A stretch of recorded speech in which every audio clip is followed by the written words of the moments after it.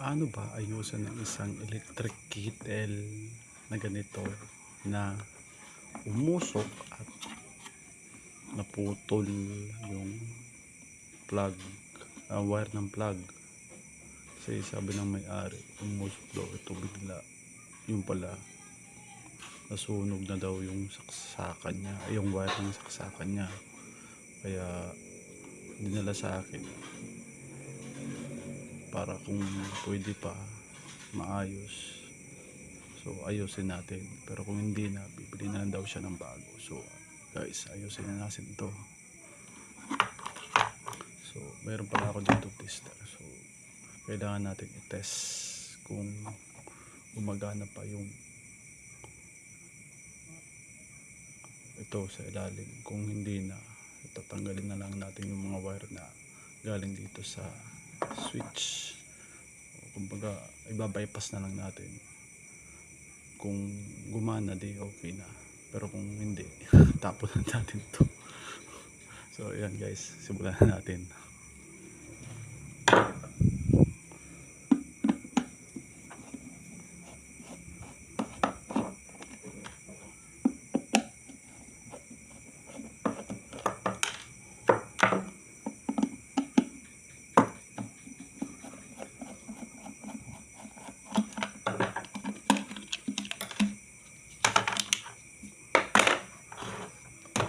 Ayan guys, test na natin gumagana ba.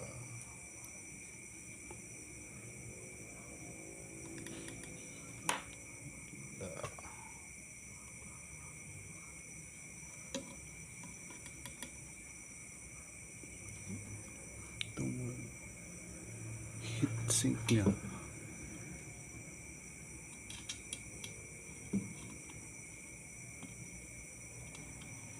ayun, meron naman. Meron naman guys. So ang problema nito is ito ang problema nito. Baka nasira na, nadamay na nasunog, nadamay na. So ang gagawin natin, tatanggalin natin ito, tsaka ito, ibabypass na lang natin yan para gumana. Pero kung hindi gumana, ito na may problema niyan. So tara guys, ayusin natin.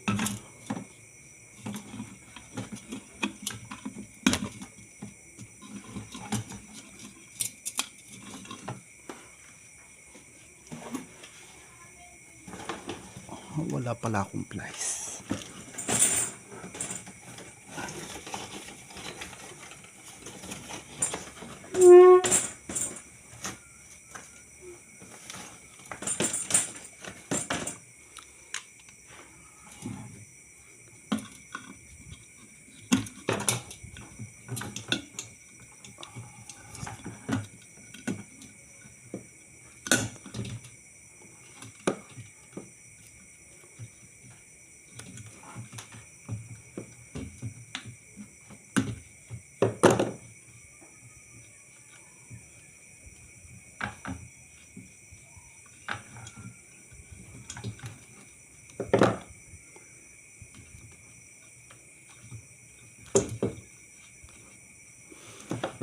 Medyo marupok na ito pero try natin.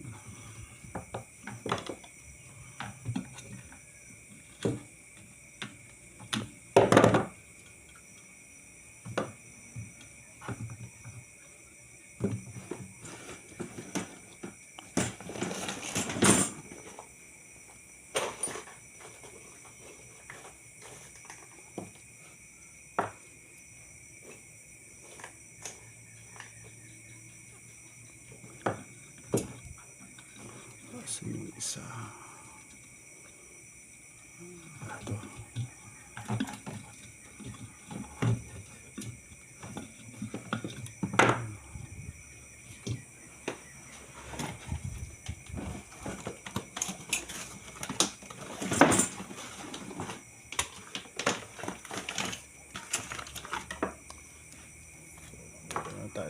ito guys na putol na wire.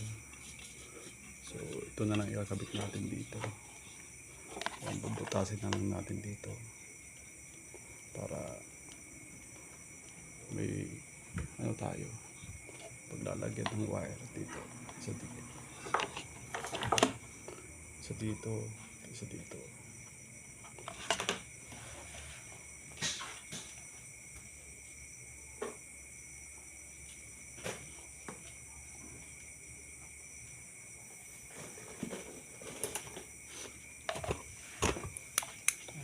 Kumuha ka na lang ng matulis na bagay katulad ng gunting. Medyo mag-ingat ka na lang sa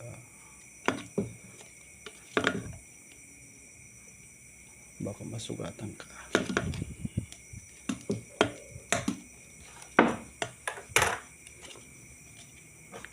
Ayan na guys, oh, nabutas na.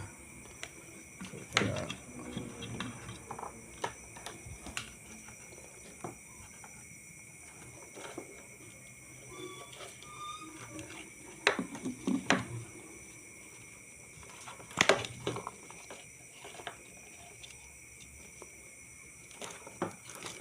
kulang pa.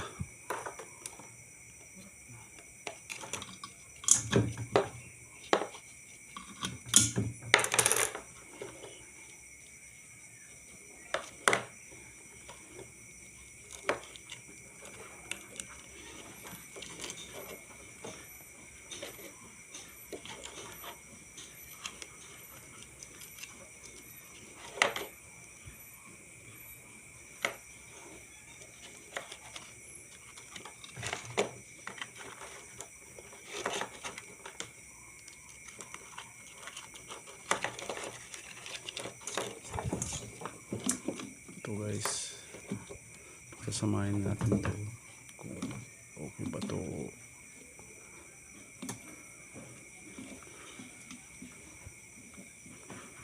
Babypass na lang na, babypass na natin. Lagyan natin ng tape para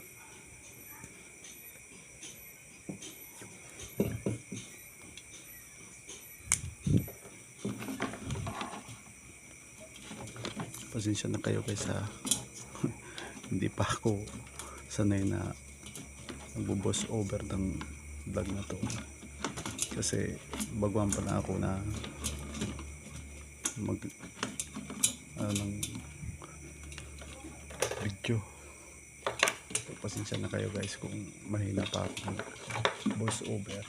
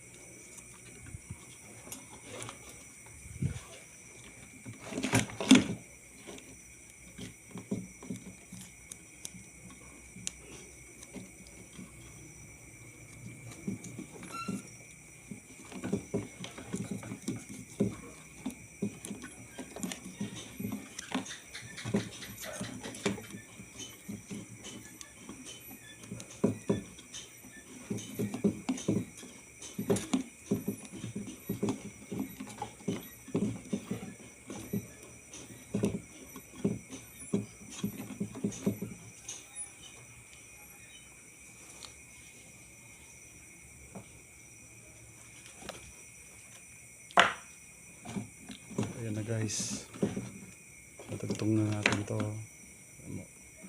Sana masundan nyo itong bypass ano natin. Ito galing sa kumpanya natin. Yan. So sana nasundan nyo. Ibabalik na natin guys para matesting natin. So, balik natin kung ano yung tanggal nyo, ganun din ibabalik. Yan. guys.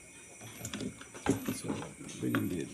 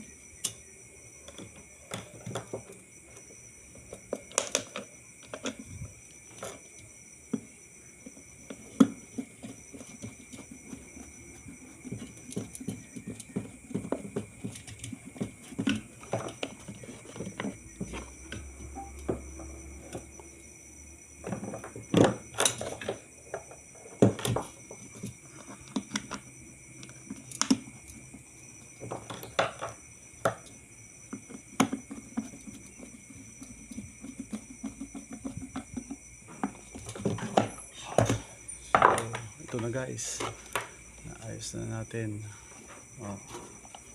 So try na natin kung gumagana nga ang switch dito, kasi binepas na natin yung ilalim. So ito, titingnan natin kung gumagana. So kukuha ako ng tubig, kasi lagyan natin ng tubig kung gagana nga yung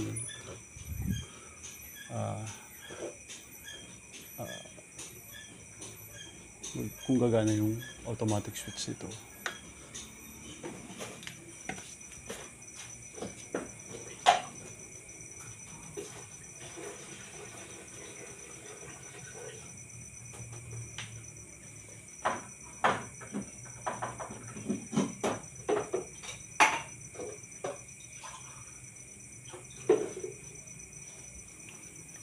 Guys, palagyan na natin ng isang basong tubig dito. So tatry na natin kung gagana ba. So ito na, tingnan natin kung iilaw ba yung ano niya, yung sa baba. O natin.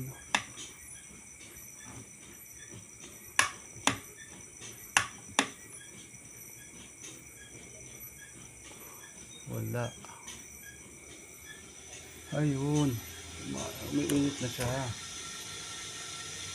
Ayun, naririnig nyo ba guys? May init na siya. Wala lang kasi ilaw. Pero umiinit na siya.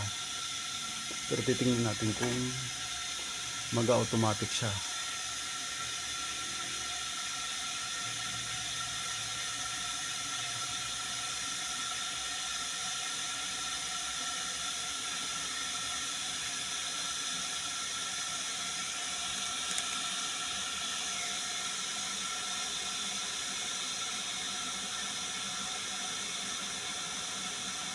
Ayan guys, init na. Natin kung automatic siya.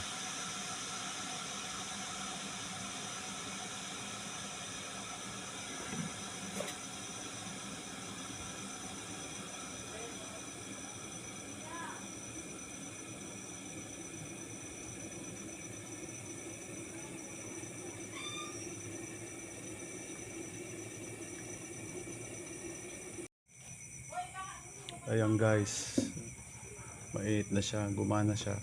Ang problema lang, hindi lang talaga gumagana yung ilaw niya, kasi siguro napundi na, kasi nababa daw to ng matagal sa baha. Kaya siguro hindi na to gumagana. Siguro yun nga, nababad. So ito, nag-automatic naman siya, hindi ko lang na-videoan. Pero okay na siya, gumagana naman. So guys, ganun lang. Pag ayusin kayo, kung hindi na gumagana dito sa ilalim, bypass na lang ninyo. Kasi mas maganda pang bypass kaysa sa kung wala kayong budget na pambili nito. Kasi maraming dito nabibili sa online shop. Pero kung may pambili kayo, di pwede nyo palitan. Pero kung wala kayong pambili, ipaipas na lang ninyo. Kasi, ano yan. So, ito, ano ko na lang sa may-ari na hindi na to gumagana. Kasi siguro nasira na to. Pero, mainit na siya. Ito nga, oh. Umuusok pa. Kanina. So, ito guys. Huwag niyong kalilimutan mag-like at subscribe sa channel ko. So, sa mga susunod na video,